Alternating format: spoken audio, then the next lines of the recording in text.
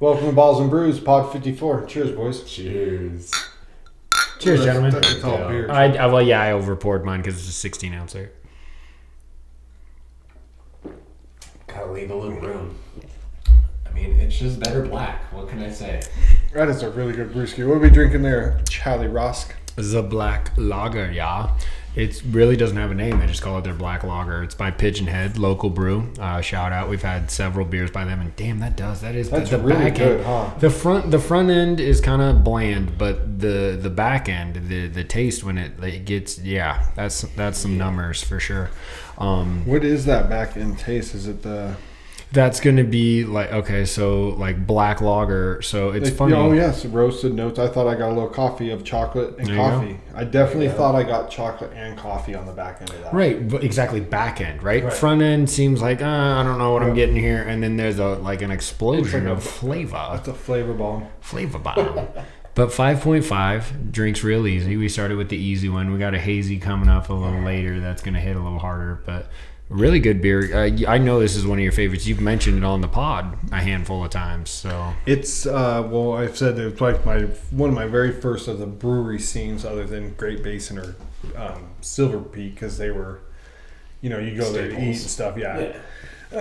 So going there and then drinking. Well, also they were grocery store beer back then as well. They were available everywhere, so you could get it. Yeah, and then I went to Pigeon Head. We fell in love with that red rye lager we had, I think, 3 pods ago. Probably one of my favorite reds.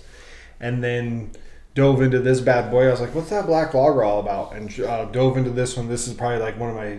I don't know, maybe my second favorite of theirs, of their flagships. Nice. Because they didn't really have the hazy at that point, and their IPA, it was that IPA-ish. was okay, so the hazy is traditionally known as a northeastern IPA. So it was kind of originated, the West Coast IPA is hop fucking forward. The East Coast IPA is more known as the hazy IPA. So we didn't get those out here until a little later. That was past.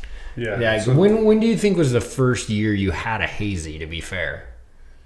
It's only been maybe 4 to 5 years ago. 18? I'm trying to think of... So that's 6. I'm trying to think of Brouhaha. Okay. Right? Because the first one was at a Brouhaha. Because it was because it was an explosion of them. All of a sudden, you kind of saw a little bit in town, and you went to Brouhaha, and everybody had a fucking hazy. I don't remember the first time I had one, but I definitely remember asking about it. Like the first time I saw the description of a hazy, I was like, what does that mean? Which is... out here in the West Coast, we were a little late to that. Like a West Coast IPA, when you read IPA out here in Nevada and California, you just expect hops, 8.1 and hops in your face is what you think an IPA. Until a hazy came along and was like, here's 6% and it's unfiltered. So the best ones look like orange juice, you guys. You've seen them on this pod before where they're thick and murky. I love those ones. For sure. Love the milkshake brewskis from Lead Dog. Hey man, anything with lactose I've been leaning on some of those too. It's been a while since we had one on the pod, but I do very much enjoy the addition of that to the beers. So let's jump into some bracket talk. Holy shit, man. We are in the middle of the Sweet 16 as we speak.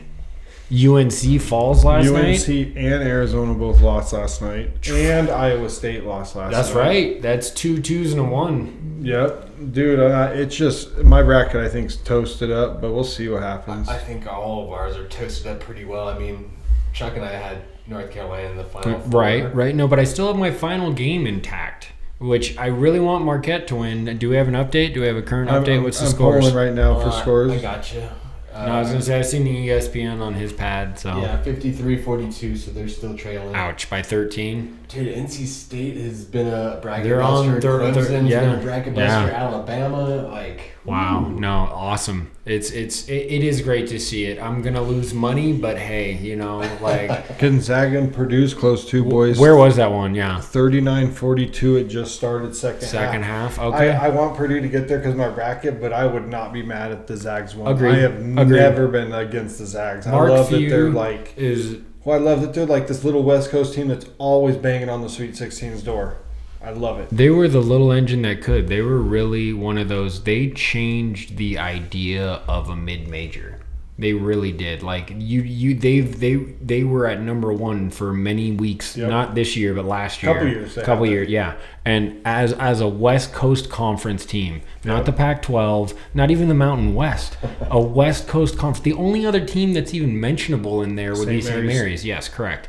And they battle every year in the West Coast Conference title game. They've actually matched up more times than any other team in any other conference. Wow. Duke, North Carolina is close in the ACC. They're 1 behind. Really? But yeah, the Gales and the Bulldogs. Because a lot of people call them the Zags. They're not the Zags. It's Gonzaga Bulldogs. Yep. They're technically the Bulldogs. Yep. But I've watched them. Like I knew about them from young. Because Mark Few took over, like, changed that program they had Adam in like the mid 90s. Remember Adam Morrison just shooting daggers on people that one year? And then he came into the NBA and was terrible. Yep. Adam Morrison was awful with the Bobcats. Anyway, we've sidebarred so hard. Anyway, I do love me some Gonzaga. I did pick Purdue to win though. I'm not gonna lie. I went with my wallet over my head on this one. Yeah, I went UConn, so we're all kind of overall. I went UConn for yeah. sure. They're mashing through. Yeah, they destroyed City. They haven't had a game within 10 points yet. No. Single digits. Yeah, no, that bracket is hot, dude. It's been a good March Madness. It's so funny. People say all year, I haven't watched much college basketball. Then the tourney comes and people are like, holy shit, this is great. Well, some games aren't great. That's true. Some it's that's actually true. really That's bad true. basketball. That also happens with baseball, man. Son of a bitch, dude. Some games are so great to watch, and other games you watch, you're like, God, that sucked. That was a terrible game.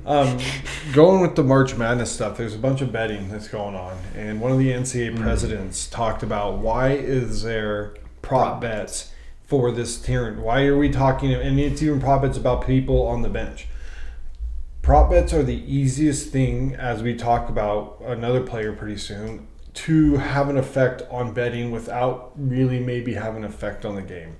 You know, maybe you can mess up your own prop bet. Oh, 1,000%. That's a great way to put it. You affect the betting, but you really don't affect the game. Correct. That's a great way to So put it. why even put that out there for that to even be... Like, I think for college, there should not be prop bets on players' stats. You should just be able to bet on wins and losses. Because we're going to talk DeJounte Porter. For the Raptors. He is in an investigation now for affecting his own prop bet. And he's like a guy that gets like averages 2 points a game, 4 rebounds. He's a true bench player. Like true bench player. Not like, good minutes bench player, but like rotation 9-10 kind of guy. Right. Why? And when I saw that, I was like, what the fuck? Why is this even a prop bet? Like, why does everything have to be a bet? By the way, the common sense. This is the common sense. It is. Why does everything have to be a prop bet? I think the point you also might be making, college, your kids. Yeah, a lot of these players, be. 18, 19, 20 years, these are kids. These are humans that cannot even bet themselves. Like, there's no way that you should be betting on them. Even in... Hey, what are you talking about? We're betting on them in March Madness. I know. I think you should be able individual to bet versus team is very different. I think you could bet wins and losses over and unders. There should be no prop bets unless it's like maybe national title game of how many touchdowns a team scores. Like easy prop bets like that. There shouldn't be player prop bets. Individual prop bets. Correct. And football too. If you're going to stand on the whole thing. College sports. Okay. College sports. No individual prop bets. I can get behind that, and I think the president of the NCAA sees it was literally happened off of the back of the NBA. Right, of the DeJounte thing. And right now, we're going to jump into baseball. The biggest storyline of baseball right now isn't opening day. The biggest storyline of baseball is what the fuck is going on with the Shohei investigation. It's true. It's the drama behind the scenes and not the ball on the field. Right, and it's, he came out and had his statement, basically said that he didn't know anything about it, that the guy had been using his account and been sending the money. He doesn't bet on sports. He doesn't bet on baseball. And he doesn't use illegal bookies. We're going to find out. Yes or no question. Yes or no answer. No thing behind it. Just yes or no. Just give me the question. I know. I got two Do you believe him? Shohei? No. Trev? No, I don't. At least you heard some doubt in his voice. I want to. Exactly. That's where the doubt creeps in because he seems like this epically clean public figure that everybody should love Shohei. And it's not, I just don't, it smells so bad. It smells so bad.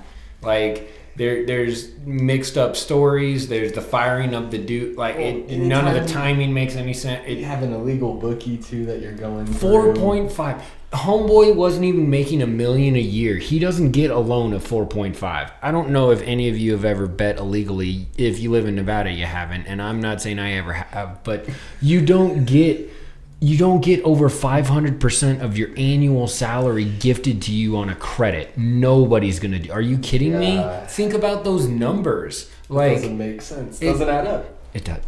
The math ain't mathin', bro. Like, that's the problem. Like, and I want to give Shohei. I'm going to be the one that gives him the benefit of the doubt. Shut the fuck up. Get out of here. You're trying to tell me? Give me. I don't know. I just can't. I don't know. Something does smell the weird. The IDK is fine. The I don't know in the sense because technically we really don't. I don't either. But I don't believe him. I don't. I'm not going to lie to you or myself or anybody that's listening. I don't know if I don't believe him. I want to believe him. Like Trevor. Okay, so no, but want to believe it. I want to believe him too. Maybe I don't. Maybe there's other people that had some more. Maybe the interpreter is just that dirty. You don't know. I mean, okay. We don't know. They sound like they're buds, though. Yeah. Like besties. Oh, man. All right. So that's enough speculation there, dude. We're going to get ourselves into some legal tampering. We keep going. So let's jump into some of the, since we're talking MLB. Opening day just happened yesterday. MLB, we're having another common sense. I think this is number 3 so far. MLB get fucked up in my opinion. This should have been an easy fucking miss for them. They should have skipped this week and had opening day next week. Going up against the Sweet 16 is a loss. The public is going to watch the Sweet 16 over baseball any day of the week.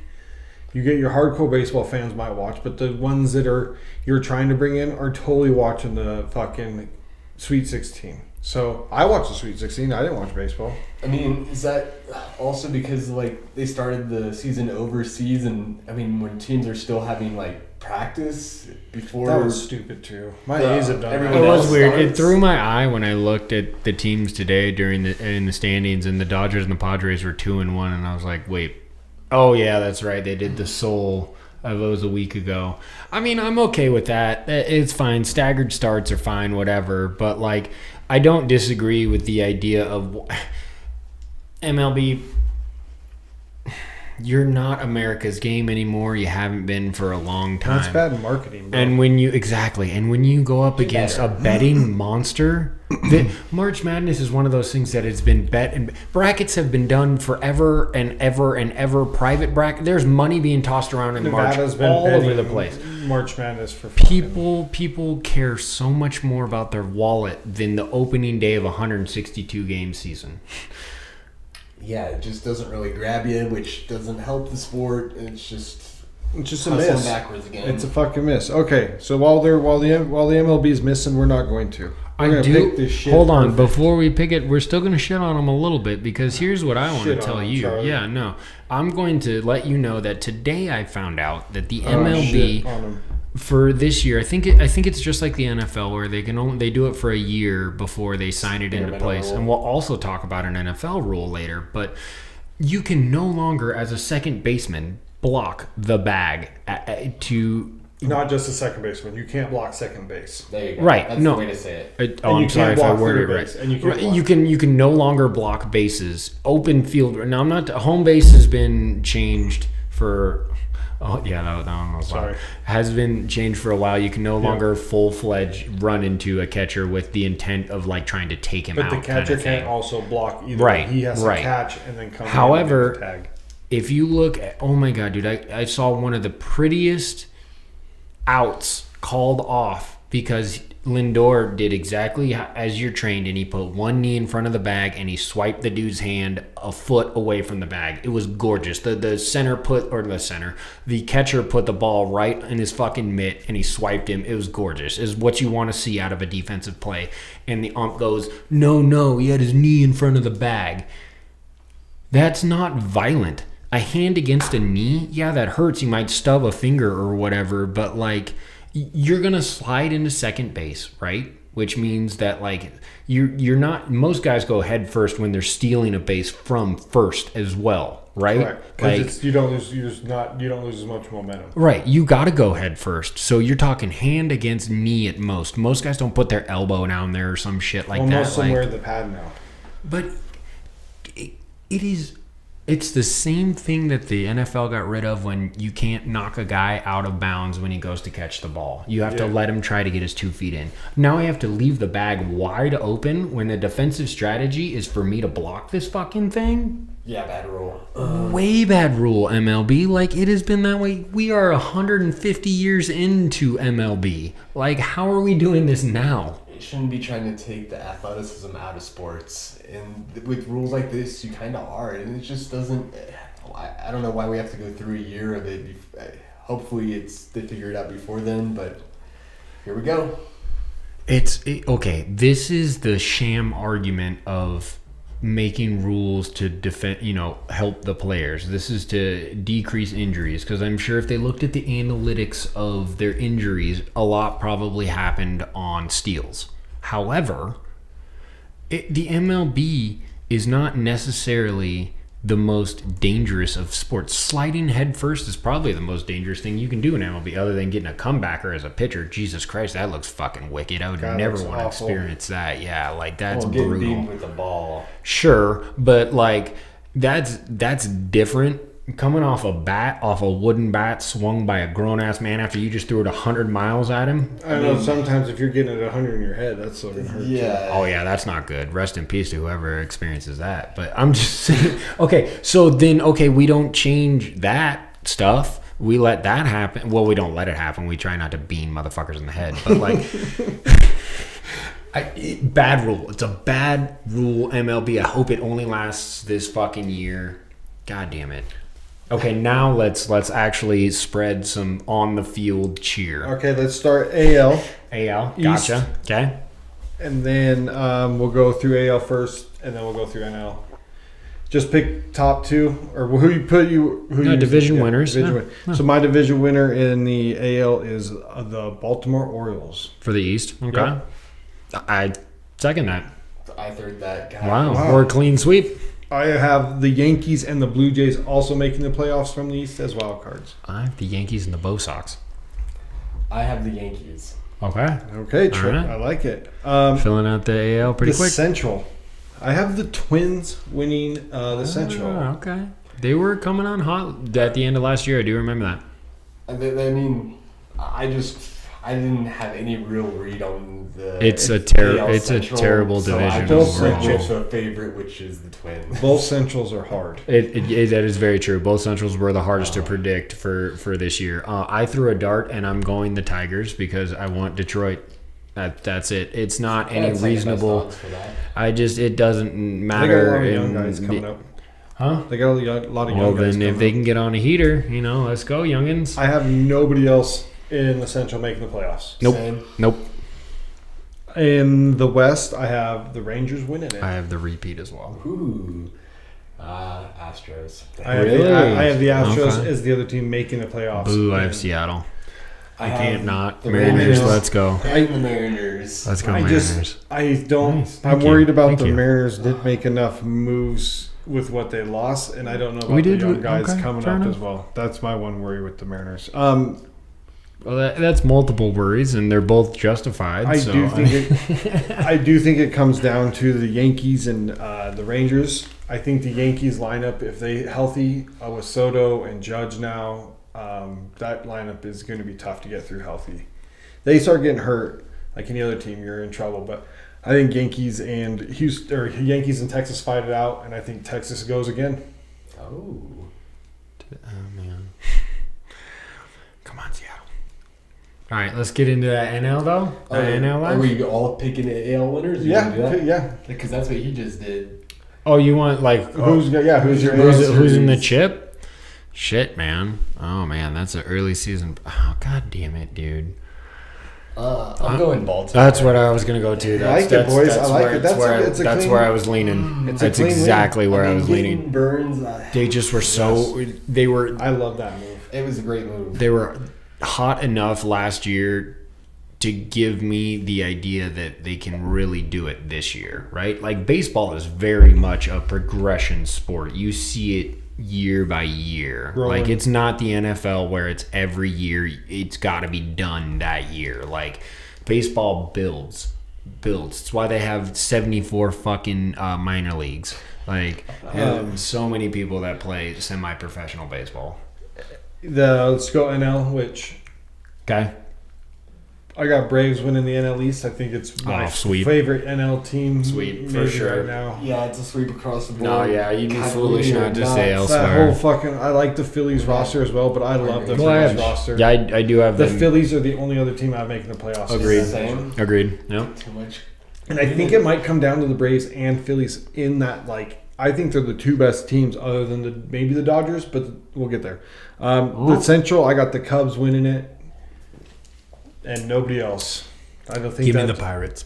Look at you. Give me the Pirates. Give me the Reds. Oh, I like the Reds. No, it's because once again, there's no pulse on this, dude. All of these teams could be good or could be bad. Well, with the Reds, though, that they got a team's lot of young. young talent, dude. Oh, dude, that's true. They De La just- Cruz is out there banging the way that them. they were Like, playing last year, like I like we it. talked about that I like progression, it. like, Sure, absolutely. Maybe Are they're the that Reds, team. are the Reds the Orioles of last year? Hey, that's that's where money's putting his money. I had the Reds finishing second, and I had them making the playoffs, and then I pulled them because I actually have three teams in the West. I have the Dodgers winning, and I have the Giants and D-backs. Holy shit, dude! So do I. Have all of those things written down. That's exactly All three? Damn, dude. I have the Dodgers winning with San Francisco and Arizona making the cards. I think the Giants might be Holy right. shit! I feel like they're under the radar too. Yeah. Damn, that was just too much of the same. Well, we don't want to bore All you with three? our predictable picks, apparently. Damn, but to be fair, we did not talk about this off pod, so and this then- is all happening live. I think it's Braves and Phillies fighting it out. I don't think the Dodgers have enough pitching without Shohei being fully healthy. We'll even see where he's at in the season. And I just Braves, Phillies, and it's Braves, He's gonna- Braves and Rangers. Question, sidebar within that question. Is he going to get suspended? It depends what comes out of this Yeah, investigation. it's gonna be. if he didn't bet on baseball, then no. Yeah. I got Orioles Braves. Orioles Braves. I love that Braves team, dude. My favorite player, obviously, Matty Olson's on that team. Acuna's like one of the most exciting players. Yeah, no. Out of those 7 teams that I'm looking at, I definitely need the Braves to do that. So Braves O's. That would be a great. You guys World are looking Series. on you on point. Well, you know. MVP. Last year I got smacked in the mouth. I got all adventurous trying to be like New York Mets, you know. MVPs, I think in the NL you're always going to see Acuna and Olsen for the Braves. There could be Harper's out there in the Phils. Yep, Austin Riley's another Brave to look at, the third baseman. Phillies, you're right with Harper and he's starting this year fully healthy. Look out, he's playing first base now too. That's true. I forgot he changed his position. Dude, he might have a big year. I think you're pretty cool with that. I think you're pretty right. Betts obviously is always in the running. He's insane. Freddie. And Freddie Mr. Freeman. yeah. He's a nasty motherfucker for sure.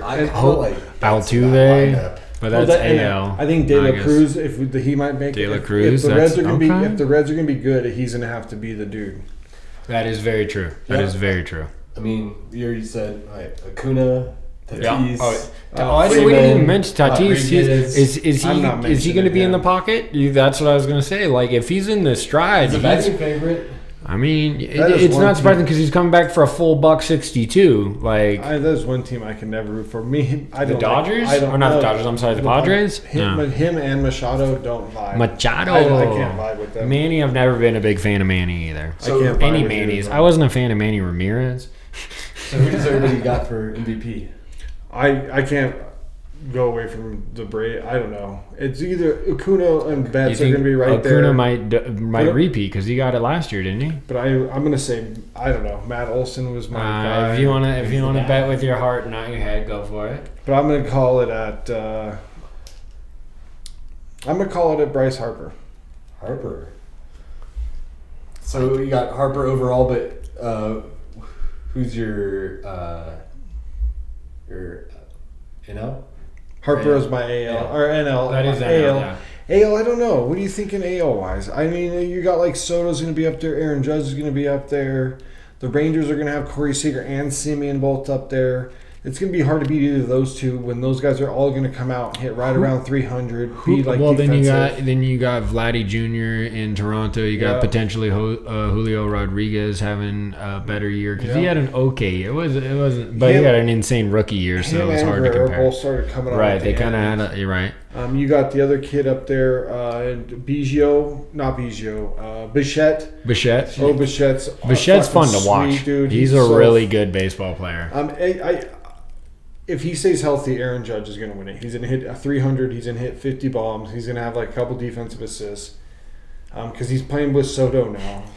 I'm going to go. I know it's an easy. I didn't take an easy. I'm going to go Aaron Judge. I was just thinking back to my favorite highlight of last year was him running through the bullpen. Like that, I know it hurt him and it ended his season, but it's the greatest fucking highlight. Like he caught the ball, dude, he took down the wall. He didn't even move. He actually played the following day before they didn't sit him for a while after he actually incurred that injury. Aaron Judge is an animal. He's a hard dude to root. I know he wears a pinstripes, but he's a hard dude to root against. Agreed. He's definitely one of those that like I can kind of give a pass to, even though the Yankees as an organization I've always disliked. And when he's healthy, it's like the best thing for baseball. It is 1,000%. Who do you got for MVP? In the AL, we're going with back to my boy in Julio. Absolutely, come on. No, I'm gonna die on that hill. Sure. There's no real reason to come off of it else. unless you can like look at maybe somebody on the fucking Astros like. We didn't mention even Bregman. Or the kid Tucker, Kyle Tucker started coming on real hot. No, I'm thinking of Yadona Alvarez. Yeah. That guy just whacks balls, dude. He's been the Mariner murderer after the last guy. That actually worked pretty well. My problem with him is that I don't know if you can vote a DH as MVP. Ah, fair enough. Yeah, okay, fair enough. Julio in the AL with consideration to other guys there. I mean, Aaron Judge could absolutely do it. Juan Soto needs to do it because he had an ascension as a national and has floundered ever since. Yeah, he's really ever since he's got traded. Was that 2 years ago now? 3 years ago? Threw a dude out at home plate to help win the game the other night. Okay, cool. Let's keep it up, bro. Like it's such a long fucking season. Trying to compile stats in the MLB is tough, dude. Like.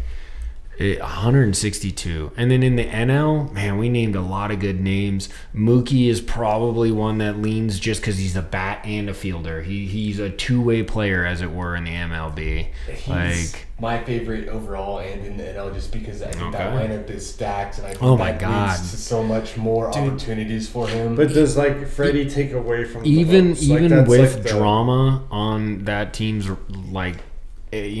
market, they are still beyond the most talented roster. It's not even close, dude. I don't know. I think the Braves could match them in talent-wise. Okay, all right. We'll find out in the NL playoffs for sure. I think those are two locks. If those two don't, we said that about the Dodgers last year. To be fair, too.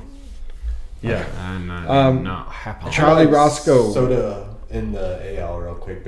You're taking Soto? You're taking Soto? Good pick.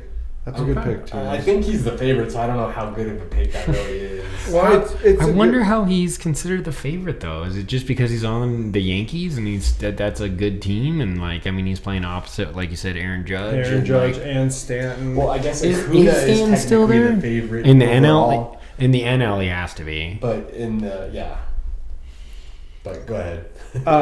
Charlie, I know you want to touch on the football. Oh, wait, what about Cy Young? You want to touch on? Yeah, throw some Cy Young names out there, Trev. You're going to have to lead me on this one, Money. So, let's go. betting favorites would be Strider and Wheeler.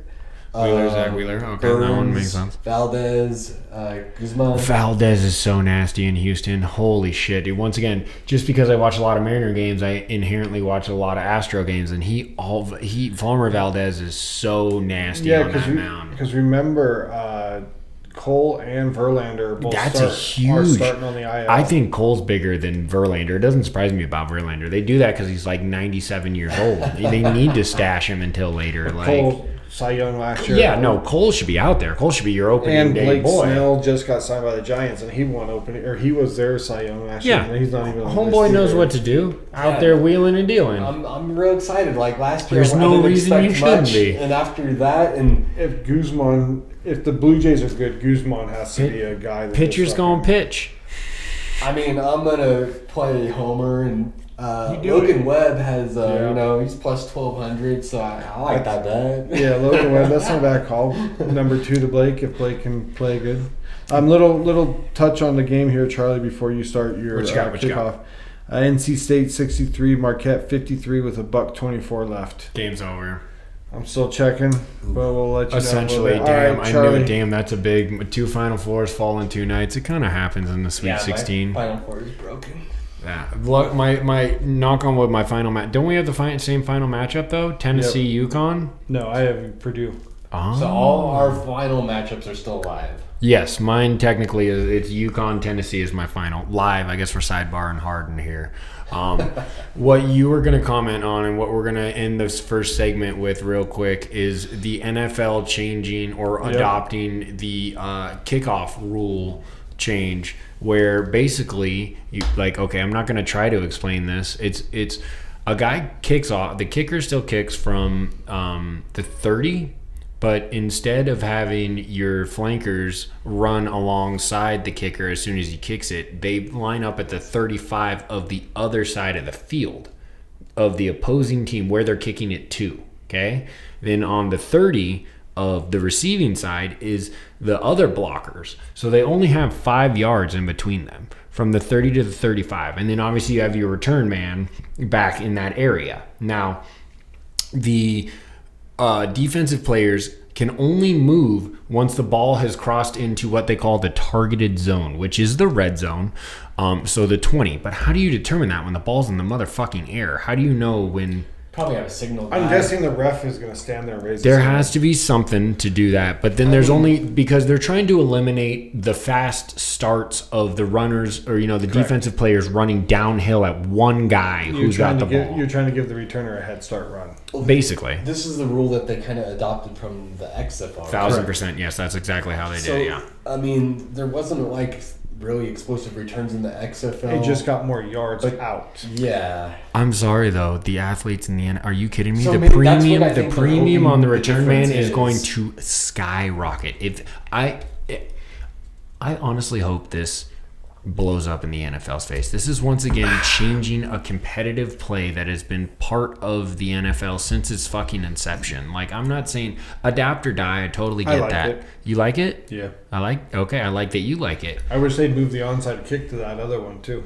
I like that other one. I don't like that they have to tell you that it's an onside kick, and I wish the kick was further back so they'd have more yards to start. I wish the the play. onside kick was you got to go for it on like 4th and 25 from your like own 25. Oh, or you something. like the idea of being able to keep it as the offense, choosing to go at I think they were It's thinking like about a 4th and 12 or a 4th No, and it's 14. like 4th and 25 or something. No, it's not that. It's not that Yeah, much. it's like, but it was going to be the it's long not one. blitz rules. Yeah, it was going to be. It was. They were going to go for the 4th and 20. It's like 4th and 20. It's got to be a 20-yard play. It's Man, not like a there's- 10. There's not a shot, and I'm never going for a 4th and 20. I mean, it might be you make plays for it, just like for. I guess at that point you would scheme directly you for have that scheme direction plays situation. for it. And I think also the caveat needs to be you can only do that so many times throughout a game. You Correct. can't just do it in the first quarter Because you're giving it to the other team on like the 25. right, which is the danger that you accept with taking Correct. it. But I just don't like the idea of just every team just doing that. Like it's You- not you- Madden. you- It's no. not a computer simulation. You could There still never do needs it. to be integrity to the fucking game. Well, you couldn't do it on every. Why not? Well, you Instead of could. kicking off, exactly that's what I'm saying. No, I'm not going to kick. No, You but- score and then say fuck that. I'm not going to kick it off. But- I'll go for it on 4th and 20. But you're giving it to them almost in the red zone. Right, but who cares? I can go for it. I mean, that works on a video game. That's what I'm saying. I think they actually had another sub rule within that you could only do that if there was like Under a the- 7-point difference. Or Like under if the you were 2 if you were trailing You had to be trailing, I believe, is the way that it has to. Anyway, that one's not even an factual thing. That's just smoke behind that. But the actual kickoff did change. Yes. That is happening this season. You'll see it for the first time in preseason because they'll have to do it. Game. Hall of Fame game. That's right. Which is the Browns versus Texans. Is it the Texans? I think it might be this year. I thought it was Texans. I know it's the Browns. I think it's Texans. Okay. Well, we're going to go refill our beers that I have not finished. And me neither. I got a little bit of drinking to do, but we're going to come back with our review. Okay, you did great. I'm going to pitch us to the end of this, and then I'll chug it too. But it's been great. I love watch your brackets, y'all. Shit's volatile out there. I just lost Marquette. There goes another Final Four for me. Like, I just ate a big old one on that one. But come back for the review of the South. We're going to do AFC-NFC. Welcome back to Pod 54. Cheers, boys. Look at the color. Cheers, gents. Look at the color of this beer. It looks like OJ. Oh, my goodness. How's it drink? It's a lot hoppier than I was just suspecting it to be. No, I like that, though. You can smell that off the top. You took a big old gulp. I'm proud of you. That was a real big first taste. Always. So these guys, our new one, welcome to the pod, Shred Beer Company. All right, okay. This fucking can is dope as shit. Yeah, it's a skull holding a goblet, like very black metal for those. God Machine is actually what this hazy is called. So this is very black metal influenced. Excuse me. You're very excused. Fantastic. 7% out of Rockland, Cali. So not far from here. So you said a little bit more hoppy than you were expecting. Yeah, I thought it was definitely going to be a little bit juicier, especially with the color. Well, no, the juice is there. It's just not fruit. Right. I think that there's a difference between what you might be trying to find. You okay, my friend? Yeah, just trying to get cozy. Just trying to get cozy. We got a good section of NFL coming up for you. Yeah. But what do you think, Money? Give me this beer review. One more, a little bit. It has that hop kind of punch, but it's a light punch. I don't think it, like that. You definitely get that, I think sweet. it's hop forward, sweeter on the back end that I had no back. No, I think it's all about the mouthfeel. Yeah. For me, yeah.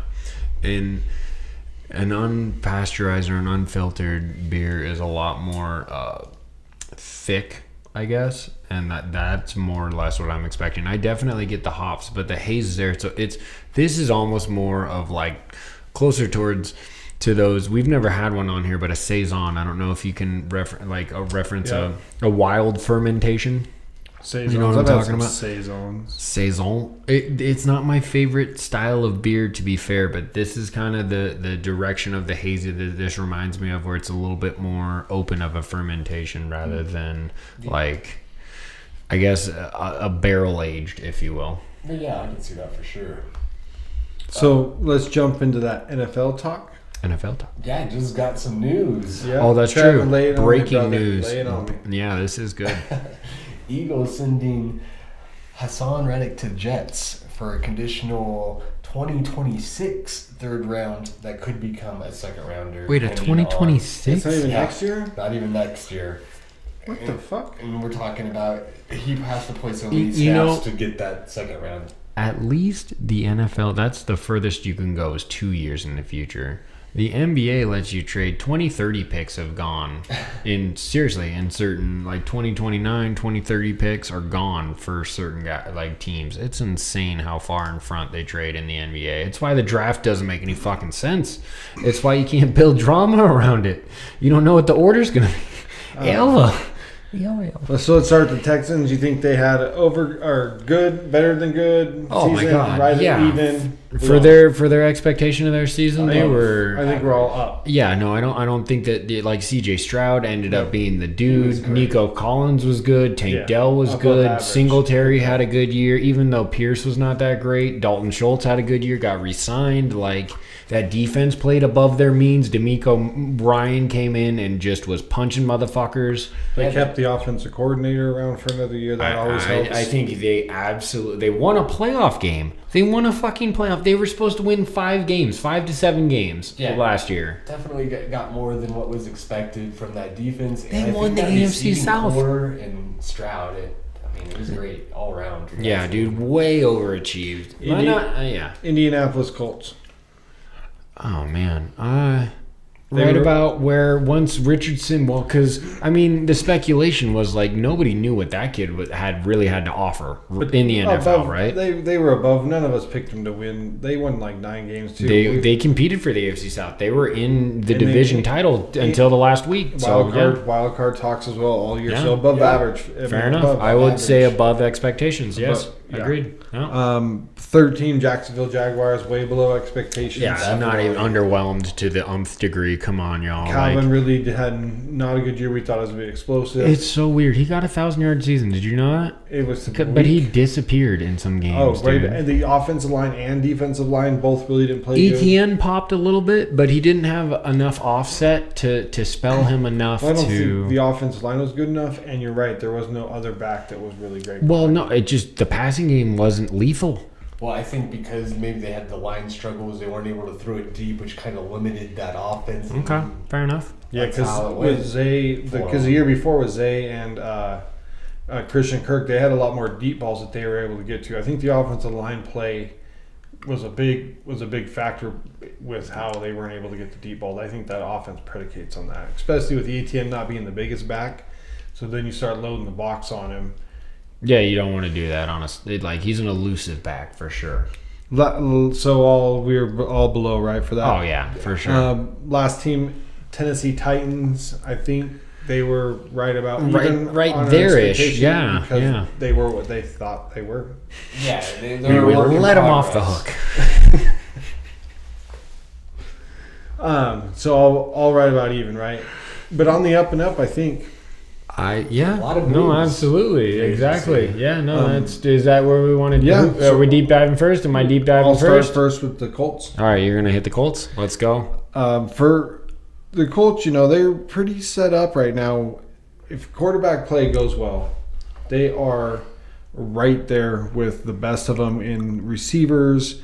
They got a good little Trey Simmons if he can stay healthy with the other running back, Jonathan Taylor. Yep.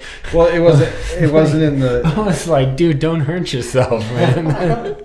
With Jonathan Taylor, and then there were 3 receivers with Pittman, and then Josh Downs from last year, and then Alec Pierce. They got Pierce is a burner, Pittman's a good possession receiver, and then Downs, he's supposed to be another burner. So it'd be nice to see if they get all 3 of them going. I played Downs a handful of games last year, and he popped on a couple. And that team, man, Indy is a very curious case. They could that offense, if they click, could excel. They've shown pockets of talent big time. I think that when you go through mocks, sometimes it's hard to find a place. I think if Brock Bowers fell there, that would be if they had him to pair with those receivers. I always have them taking a cornerback because they are kind of weak on the back end. But that's an interesting matchup if you put Brock Bowers with those receivers. Where are they pick-wise? They're at 15 or 16. 15 or 16. Okay. I don't know. It's weird. The only mock I've seen consistently for him now is the Jets. Apparently, it's been spoken to that Aaron Rodgers wants Brock Bowers. So Didn't I call it like 3 or 4 pods ago? And probably. You were like, there's no way they're going to go lineman. I was listening to it. Probably. Yeah. I was probably telling them that they should. And now, you don't make... Hey, look, from a Seahawks fan, don't make the mistake, okay? Value the line over the tight end. I do think Anthony Richardson being healthy could put this team as a wild card team. Shane Steichen's an amazing coach. No, if it clicks, what about the defense? Did they add or lose on that side of the ball? Defense, they still got an okay line, but they do need to fix the back end. That's true because they still have Buckner. Yep, Buckner, and they got some other young kids on that line, but I think they do need to fix the back end. They struggled at corner last year. I think that could be easily one of the first picks that they take. And with the way that the offensive linemen and quarterbacks are going to go, you still could get like a premier corner. I was going to say that's kind of legit then for them. They know they don't have to move up you could still get like Arnold or Quinyon Mitchell. That's true. I don't see quarterbacks or cornerbacks going like anywhere near the top. Like usually, I think the most Colts time. are the first team I put a cornerback on, and it's whether so they could get Quinyon Mitchell without moving up, and he's a fucking stud from Toledo. Man, and there's a lot of emphasis. We drafted a cornerback number 5 overall last year, and he was every bit as advertised. Devin Witherspoon, shout the fuck out, bro. You balled so hard your rookie year. Who wants to take their team next? All right, let's go with the Titans. So, that team actually made a handful of moves. The biggest loss that a lot of people are going to point to is the loss of Derrick Henry. He ended up signing with the Ravens, so you got nothing out of him. You didn't trade him last year where his value was reasonably high, and you got more miles out of him, but not more wins, really. So that's a loss right there. But, obviously the big question for the Titans coming into this upcoming season is going to be Will Levis, right? Like, there's no doubt about that. We know that they're going to look to commit to him because back on the roster is Tannehill, and then they signed Mason Rudolph and Malik Tannehill's not on the Willis. roster yet. He's not? No, Tannehill's I'm sorry. The ESPN is reporting that, so... He's still a free agent, homie. That's okay. But so to replace Derrick Henry's productivity, if you will, is Tony Pollard, who had an underwhelming season in Dallas as the RB1. But Tajay Spears is also still in Tennessee. Really good running back last year. Right. Really good. So if this line can pull it together, then they might be able to have some weapons because they still have D-Hop, who had a above average year, right? Him and Levis clicked. Levis threw for him and he threw to him. He did. He committed to giving him the ball, and I don't see why you wouldn't. One-on-one every time Levis was like, dude, I'm going to throw up to D-Hop. I mean, that's just trusting the receiver. You put it up there, that's trusting the receiver. When you're looking at your other options, it's not the worst option to go to. So then they did sign the big contract at wide receivers, Calvin Ridley. Overpaid, but we'll see. Maybe. I don't know. Maybe. Well, technically, it gives them a pretty good 3 if Burks could ever do anything. Burks is a big body that just hasn't, though, right? Hurt. Right. I mean, he can have. I think he's had like 2 or 3 really good games, but he's also been in the league now for like 3 years. So when you've played almost 30+ games, this will be his 3rd year, I think. Well, no, I think this is. How long has A.J. Brown been on the Eagles? I think this is AJ's 3rd year. Going into his 3rd year? Okay, all right. So then it would be Burks' 3rd year because it coincides. But they also made a couple of different moves in, let's see here. They got Cushenberry at center from the Broncos. That's right. They are trying to fortify that line in front of Will Levis. I think that's a good move. I have him taking basically all or next best available lineman every time in the draft. I think that's easy peasy. That's what they're doing. Easy peasy. Yeah, no, I don't disagree. Another wide receiver later with all the good ones. With all the talent that's in there, absolutely. I think they've definitely taken that running back that 3rd, 4th round. Look for them in that where that running back run starts to happen. All of a sudden they start to kind of move. I bet they pop for one more. Makes sense after losing Derrick Henry. Yeah. That's right. Do you have any more for the? Just there's some pretty decent defensive moves here. I like the Arden Key. I forgot that he got signed on with them at linebacker. And then Sebastian Joseph Day's a little bit older, but he's a great run stopper. I remember watching him in LA for a bunch of years. I just think that the Titans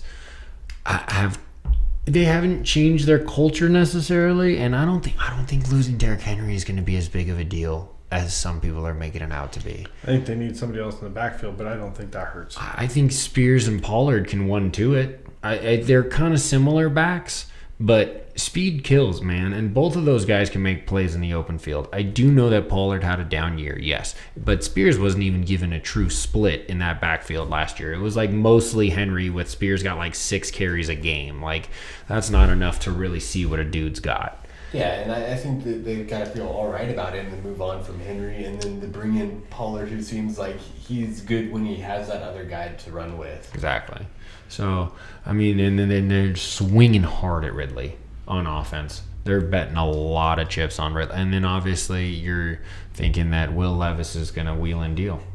Yeah, I think you totally take an offensive line to protect him. I don't blame you with Skoronski. You got him in last year in the draft. Dude, we've spoke on this. The taking of the offensive line, if there is no the dude at wide receiver or quarterback or right end you or tackle even. Their thing is though, like you already kind of have Ridley and now Hop. Right. So there's like you don't really need the neighbors kind of dude. You kind of want to take the dude in the second round if you want a guy like maybe one of these other slot guys that's going to come out like Roman Wilson. Oh, you're not gonna draft a wide receiver. You might take another weapon, but I definitely think you're taking linemen first. 100%. You're getting or you're getting the next best.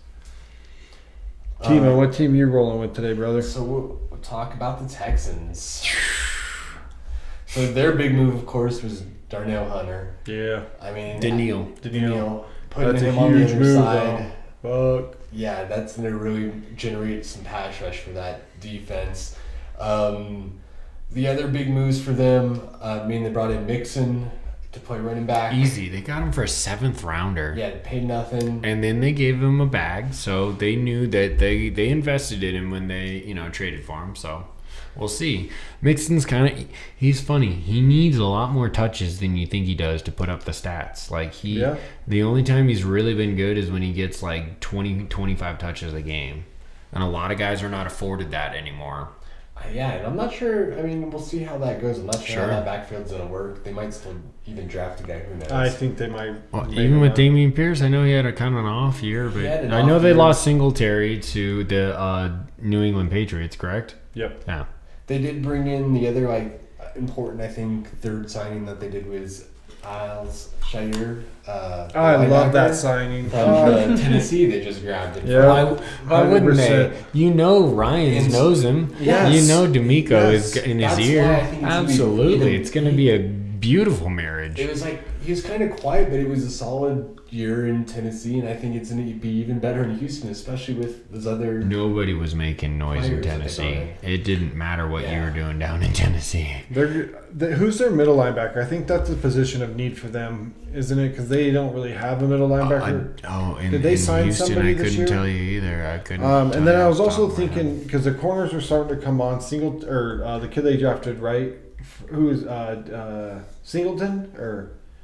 from LSU a couple years ago. Who's the corner they drafted? He came on finally. No, they didn't. Stingley. Stingley Jr. Stingley, yeah, Derek Stingley. He started to come on last year. Yeah, he was drafted in front of some big wide. He was. That's right. That happened. He started to come on last year. So I mean they're on the up and up, but I do think they look defense. They might need a receiver too at some point. Tank Dell played really well last year, and the other kid did. But Nico Collins and Noah Brown all had decent years. Well, I think with DeMarco Ryans, that defense is just going to keep getting better. That's the whole point. You kept Schultz. The wide receivers played better than you thought. If you could get that run game, that offensive line a little bit better, and if D'Amico can get his linebacker in the third round, because you don't linebackers are going to be there. They don't go off the board. That kid from NC State, he's going to be sneaky good.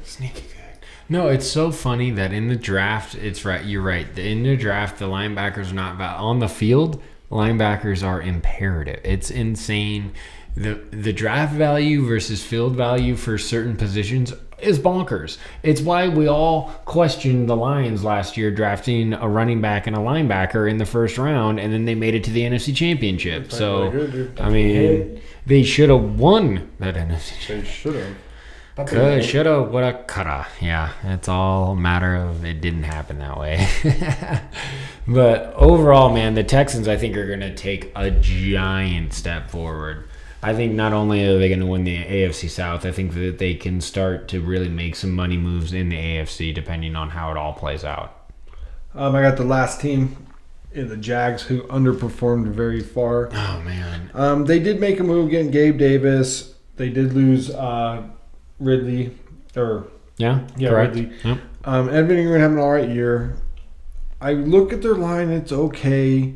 They did tag Allen at the end, and they did sign Amik Armstead.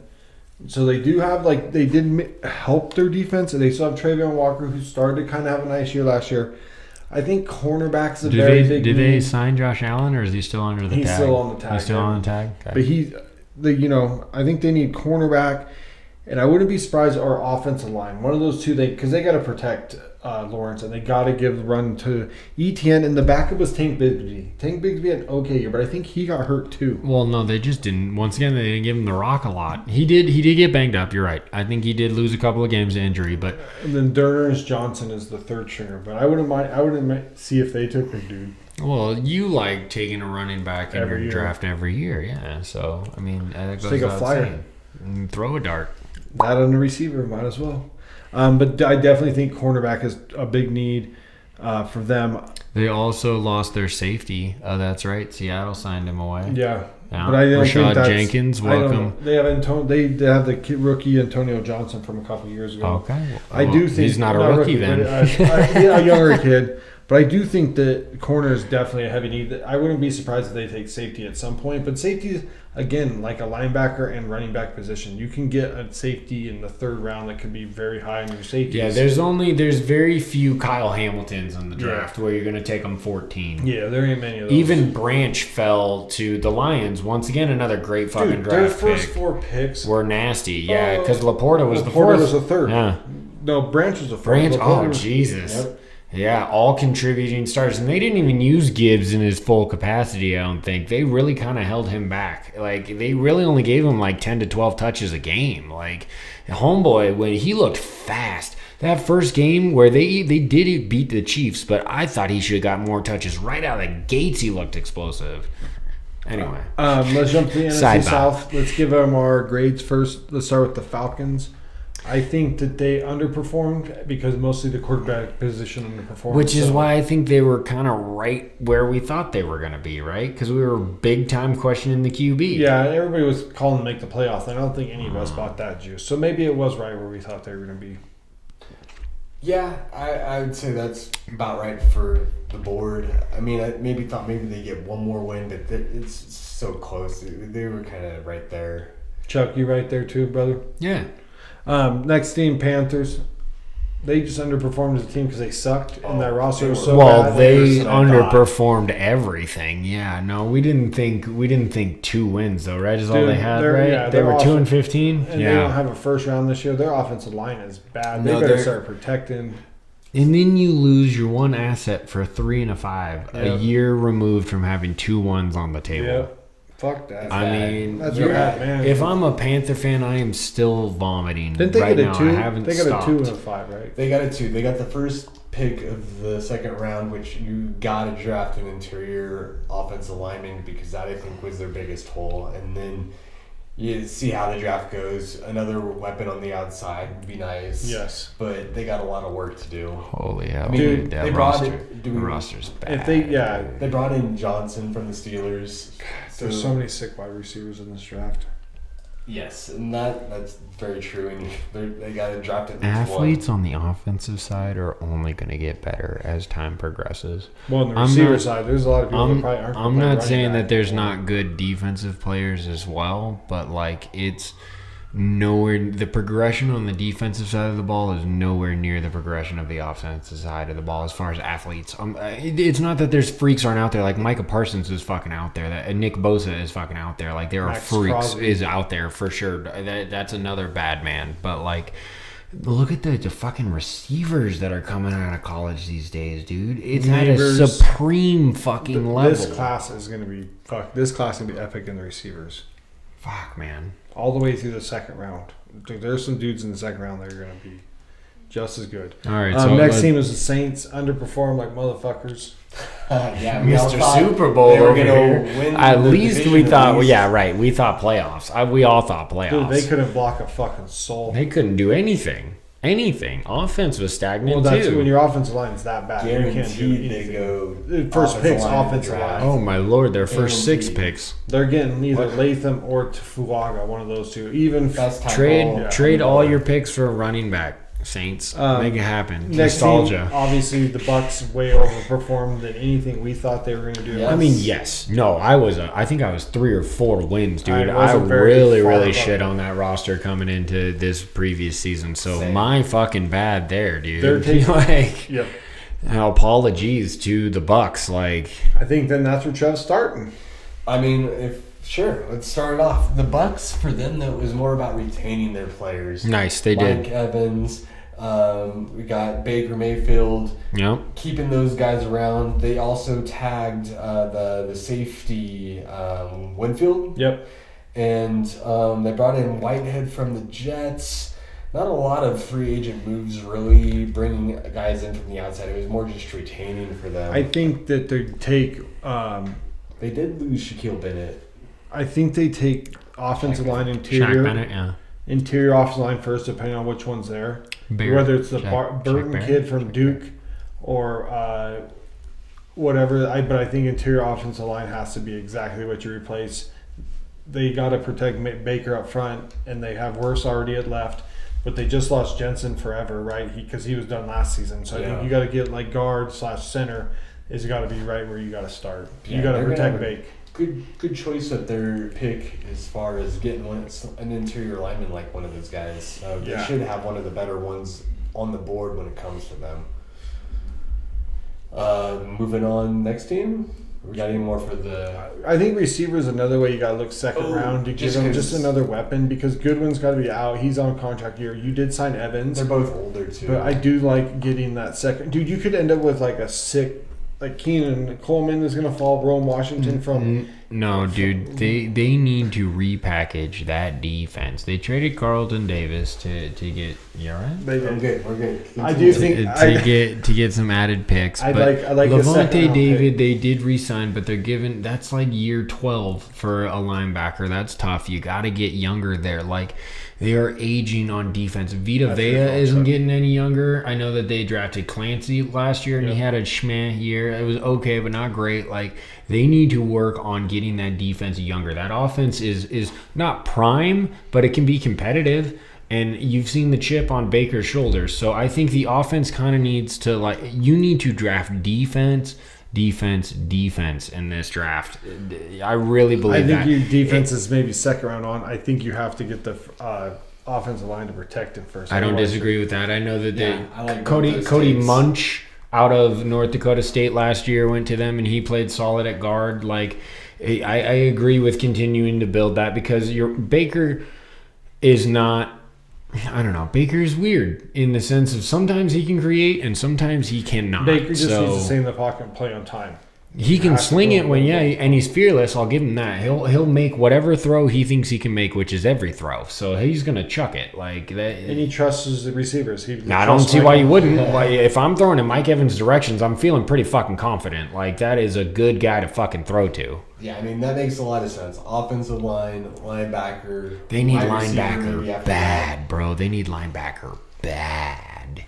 Like that. I know once again you don't value that in the first round most often, but like the guys that you get, they got it. They got to get there.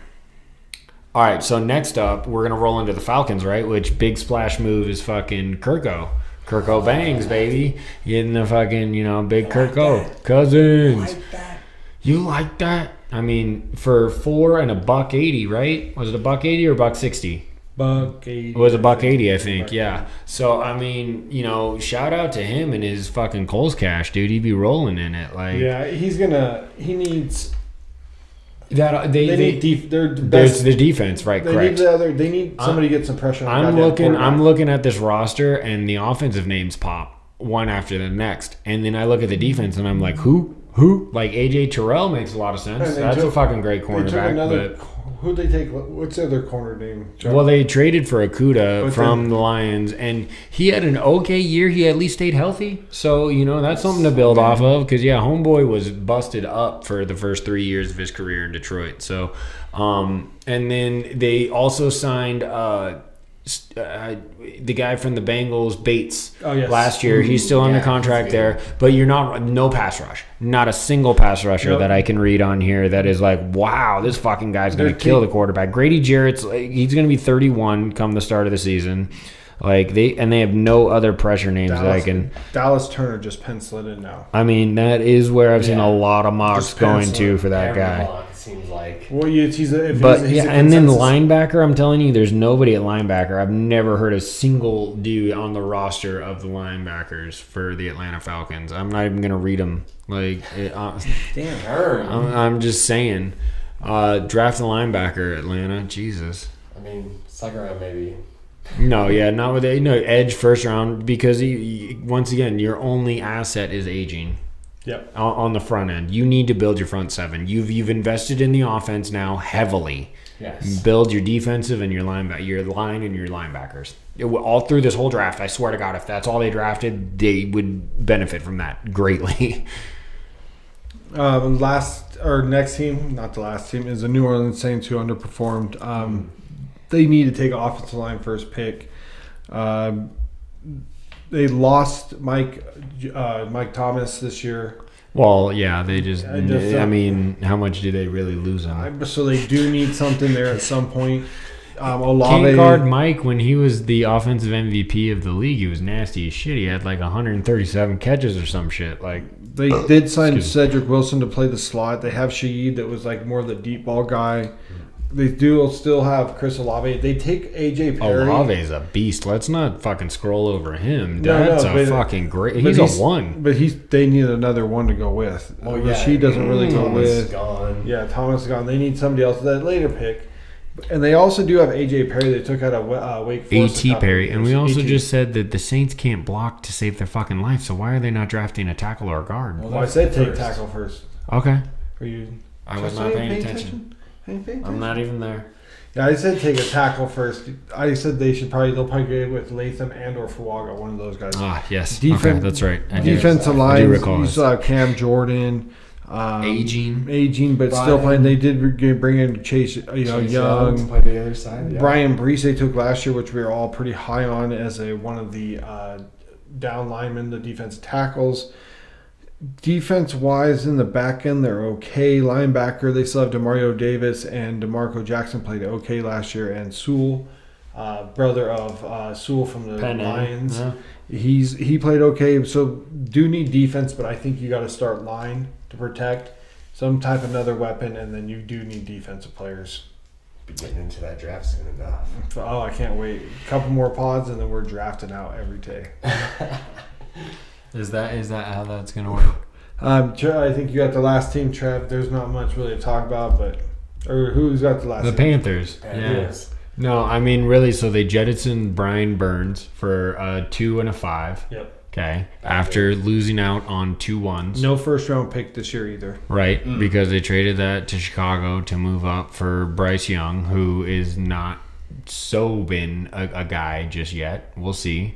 I mean, he still does. He took a lot of hits last year. They need to. Because Kwanu was okay, but not great, right? Yeah, because then they have Damian Lewis. Corbett, they got. They just signed Damian Lewis. He's a good guard. They got him away from. They just signed Hunt to big money. Okay, so they are trying to fortify that line then. But they do need it. Like, they don't have a first round pick, so you're taking. I don't know when their first pick is. It might be. You're taking offensive line right out the gate. You got to protect Young before you got to worry about regardless of position. Because you traded for Deontay Johnson. Terrence Marshall Jr. hasn't really done anything. Thielen's getting old. Cam Sims has not really ever done anything his whole career. So your receiver core ain't great. Jonathan Mingo. He's not bad. He's starting to come on. You're right. He might. It's second third year? Yes, he'll be in its third year. He has shown flashes. Your tight end's not really anybody there. Your running backs because Hayden Hurst retired. Yeah. Your running backs are completely old. Miles Sanders, is he still there? Yeah, he is, but he's go with the offensive line though. How good could he definitely underperformed, but you have that horrible offensive line. I don't think he's old. I don't think he's done. I don't know. I don't think he's got as many miles as fucking Derrick Henry does, and he's supposed to be the best trade or the acquisition of the fucking offseason. And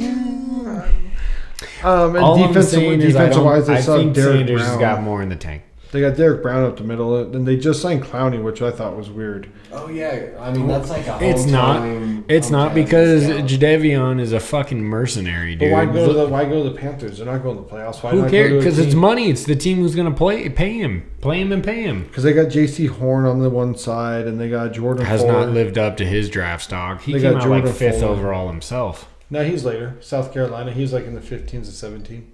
Was he? I thought no. J.C. Horn was. I could have sworn he. Okay, all right. Well, you're draft master, so I'll stop arguing with the bobbled head.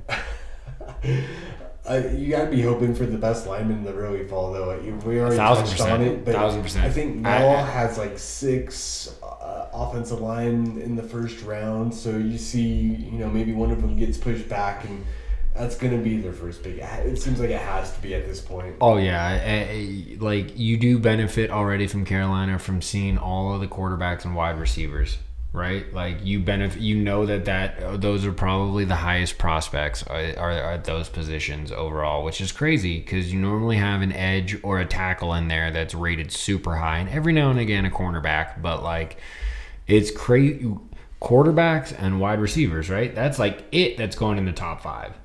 The first defensive player does not come off until bare minimum 8. Bare minimum 8. And sometimes it can push past that. Sometimes the Falcons take another offensive player. And then it depends, I think, on what happens with... that's fucking bonkers, dude. So then it happens with the receivers. What happens? Because you might not get another defensive player until... who knows? Who knows when at that point. It's going to be Quinyon Mitchell... going to the Colts, unless someone of them takes him earlier, or the trades get weird, and you end up like with the Verse might get pulled out before then. Like the Bears maybe go defensive player line because is a thing, depending on where the receiver falls. Sure. So agreed. The Panthers have pick 33, so they do have the first pick in the second round. Yeah, in the second round. Yeah. So that's still of value. That's a high pick. Kid from Arizona, Morgan. To play tackle, he's play guard. One of the most awful athletic linemen. Yep. They might so then why is he going so low? Because he might play. Well, not low, but because he's the 7th best lineman in this. Like he's the 7th best tackle. Well, I think he might be a bit undersized. And you got to think about all the guys that are going to go in front of him. Ofanu, Fuaga, Latham, all those guys. But what I'm saying though, but NFL scouts are pretty fucking good at knowing talent. Like, and if you're speaking so high, is he behind these other guys? Is he behind these other guys? Oh yeah, 100%. Mims is up there. Guyton's up there, and then you're going to have the kid from Oregon, Johnson, the center. Bowers Johnson. Well, then now you're just talking offensive lineman overall. But they're going to go above him because they're Burton from Duke's going to go above him. The tackle from Washington is going to go either. Yeah, Fuaga. You just mentioned him because he can be started guard. He can start at tackle. He's going to go high. The right tackle from Washington starting to get some moves. I think investing in your offensive line is never a bad move. And when you have a young quarterback who's running for his life, you got to invest there. See, that's why if we take a quarterback at whatever, we take the right tackle from Washington at fucking No, we're not talking about the Raiders. We're talking about the Panthers. I'm talking about everybody. This is a good year for offensive linemen. We've had a drought because of it feels like they haven't been as well prepared lately. And I think this is going to be a good thing too for them. Dude, Fuaga and Latham at right tackle are going to be fucking just studs. The kid from Washington, he might go later. I think he's going to be one of the better ones that comes off the board. Even their other tackle, Rosen. That's who I want at 44. Mel is really high on him. If we can take him at 44, because we can get fucking the quarterback at 13. I love you guys. No, we just sidebar into the draft. The NFL can't not lead into the draft right now. But that's the breakdown of the South, y'all. All right, Z. So let's get some fucking positivity. I want to hear about your fandom, man. Let's get into that segment. None positivity. No positivity. None? You're going to kill me right here? I throw it to you and you're just going to murder the positivity? No positivity. That's a bow to the face. You knew what the fandom was. I didn't. The A's fans watched the game from the parking lot last night at opening day. They did not go into the stadium. They reported that there was 13,000 people in the stadium. That was because there was 13,000 tickets sold. There wasn't 13,000 people in that stadium. It was under 10 for sure. Another great protest by the A's towards the ownership. I love it. I love every minute of it.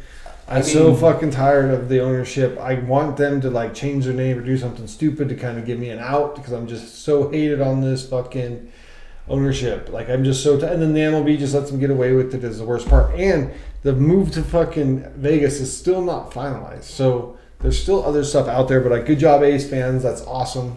Thank you so much. Well, I mean, that's kind of a little positivity. I mean, you're on the same side of the fans. Yeah. Well, no, it just to get hurts the owner that out because of what he's done. But it just hurts that it's. They have to even go to those measures. The history in Oakland, it's just done. like the Raiders, to be fair, too. Like, it was deep and rich, and those fans loved that fucking. There's no. But the A's kind of. They fucked themselves. Everybody fucked everybody in that. Specifically in the Athletics, not so much in the Raiders necessarily, but definitely in the A's. They knew what they were doing. They tore down roster after roster after roster for years. And they called it Moneyball. Look how good. Well, that actually worked for a while, but look how good this last roster. Like with Chapman's now in the Giants, Olsen's up there playing with the Braves, having MVP seasons. Our starters are all over the joint playing, like winning 12 to 15 games.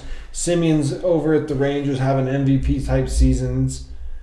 You got another Brave, Sean Murphy's playing fucking for World Series. I mean, yeah, dude. So it's the A's, instead of taking the long route like they could have, they just they're just cutting off their nose to spite their face. They're the only ones really doing it that way. If I could see one team win it, they'd be the one team. That what? If I could see them win it. Ever? Well, yeah. I mean, I've already seen the Lakers win enough, but I would go with the A's over Raiders. I saw the Raiders get there and they lost, but if the A's won it, that'd be a better win in my book. It would. Sure, I get that. You're a baseball purist, my friend. Like, which is why it sucks for me. So here's. I'm starting to become more of a player. Player rooter in baseball now. Man, the fact of the matter is you're going through the slow suffrage that I went through as a Sonics fan. Like, but I forsook that franchise. Like, I don't know what you will do when and if they move. And if they move to Vegas, it's technically in state for us as Nevadans, so it's not that hard to fucking mess with it. Well, right. No, I pay more taxes because the stadium's going up. That's how they always vote in public money. That's the only reason why a team moves. The Allegiant has made good money for the state now. Well, right. No, there's a difference between football and baseball. Let's be real about this. They've just done a really Economically, good job. it's very different. But they've just done a good job with that stadium in general. Well, of course, it's an attraction. It's like 365. Exactly. You're not going to worry about no fucking baseball field in Vegas. Yeah, who the fuck's gonna give a shit about baseball in Vegas? That's what I'm saying. That's the lie they pitched to this fucking the Congress and the Nevada Senate about. Hey, we're gonna make this much money. You'd have to sell out. No, you're not. No, they're not. And who are you gonna bring in? You don't bring anybody in anyway. Shout out to the A's fans for doing what they can. Shout out to them for doing what they can. Hate this. I would stand and said protest.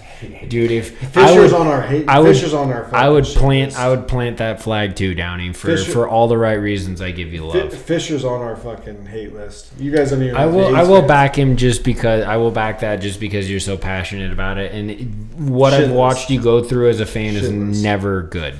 Dude, like we've given up. Awful. Everything. It's been awful. Look at how many dudes are in the fucking playing for shit all the time that were on our teams. Yeah, it's a shame. So let's give a little bit more. We're gonna dig a little bit deeper, and then I want to bring it bright. So real barrel of hate. Draymond Green. 4 minutes. Against Orlando, who we've had a hard time against, and we've been giving him love for the last couple pods. Guy. Well, this is what I really hope they just open their eyes to. I've seen this. I saw this. It's still like, yes, he's helped the team when he's been there. Guess what? He's not injured, and he's the reason he's not there. And 4 minutes into a game, and he's ejected. Like from just same guy. Nothing's changed. Just pissing and moaning. You guys need such Kamina's kind of starting to come on. You guys need that like you said, Bam. You guys need some other dude. Dude, this is the stretch, and we're battling for that spot, and we're still winning despite of him, and that should be the reason that you move on from him. Why? Why are we doing this? You guys put too much of load on Steph right now. You guys totally need another dude. I mean, you have no other dude. Steph likes him, and that's why he's still there. But I feel like just give another guy a chance, Steph. You need a dude. This could be better. who we'll have to. It's gonna be interesting to see the free. This upcoming off season will be different for Golden State for sure. It's gonna be interesting. Like there's gonna be a couple different teams. They're gonna have to shift. They're gonna have to shift gears. And I think that whole Chris Paul, we knew that coming into this season was not. Well, the Suns, look, the Suns are barely holding on. We knew that wasn't. They're scraping in the fucking. They're gonna be in the play-in. And Devin Booker and Kevin Durant are super fun to watch, but like. Who cares? They're not winning games. But now, even if you sneak it, it's the whole concept is: are they saving it? Championships? Are they saving it? Miami came within literally 3 minutes of losing the second play-in game, and then was in the finals. I know that's different. Is it? They have Jimmy buckets, dude. Kevin Durant, Devin Booker, Michael Beasley. Kevin Durant's done the playoffs. Nobody else really done the playoffs for them. Booker's had a couple. Booker went to the finals? Yeah, Booker was there. Yeah, absolutely. Oh yeah, Booker's veterans that should help right that ship, but it's just Nurkic has been playing well. No, it is very. It's very weird. Grayson Allen. It's weird to watch. I don't like to pull for that kid, but ESPN loves to show the Suns. I watch a lot of Suns basketball because they're on ESPN all the fucking time. Well, they're right now them and the Lakers. It's so fucking weird. They show these. It's just because they're big market. Well, it's not even that Phoenix's big market. It's just that they have the storyline right now because they're the 7th right now, though. I know. That's an underwhelming right now. NBA franchise. We're gonna have a huge NBA talk next week. Boys. That is true. So stay tuned to that. I'm gonna wrap up. Do my fandom. Okay, so the only thing that is on my mind is 2 Fridays from now, I'm heading back to the motherland. Russia. Right. That's the joke. But I'm going back to Seattle to go see my boy and to go to a concert for a band that I am a giant fan of. Between the Buried and Me is playing Colors in its full album, and obviously, so yeah, Trevor knows what I'm referring to, and it's an incredible fucking album. Like, if you enjoy heavier music, look into it. There are some very operatic and there's orchestra, and it's a very eclectic album, but it's heavy. I'll give you that. But I just can't not think of. I haven't been back to Seattle since 2008, since Kevin Durant's rookie year. Really? Yeah. So I've been there. I am super excited to get. I'm gonna go check out the pro shops and everything. I'm gonna do the nerdy things. That's what I want to do. Like it's been nerdy things. It's been way too long since I've been up there, but like. I'm diehard for the sports, so that's what I want to invest my time in when I'm in the city. And breweries. I mean, you got it. Yeah, Elysian is in Seattle. Like there will definitely be some breweries dipped into for sure. Take pictures. Yeah, you're right. You're right. You can take pictures of the menu. Multiple pictures. Not of the. Why the menu? So you can see the beer menu. So we can see all of them. I guess, because then I probably won't remember the specific beer. Get all behind the beer that you have. Anyways, dude, I think that... I'm sorry you guys brought the hate. I stand by A's fans. I don't disagree with Draymond. I'm bringing the love back. That was Pod 54, the Bobby Wagner edition. They almost didn't let me say that. Brian Urlacher edition. Or Billy Wagner.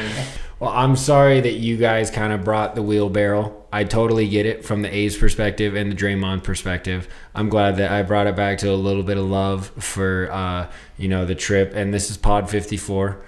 We appreciate you guys. Come back for YouTube, Buzzsprout, Instagram, X, Spotify, all the love. So we recorded on a Friday night, right? Yeah, so keep your eye out because we haven't talked about all the games yet for the 16. Correct. No, yeah, the NCAA is finishing tonight. We ran over some of the upsets. Goddamn UNC. Hope nobody else gets upset. Well, Marquette just shot my bracket. UConn. We got the pew pew pew. UConn, hopefully. We'll see what happens. It's going to be a good weekend. It's going to be a great weekend. We'll see you next week. Cheers to that.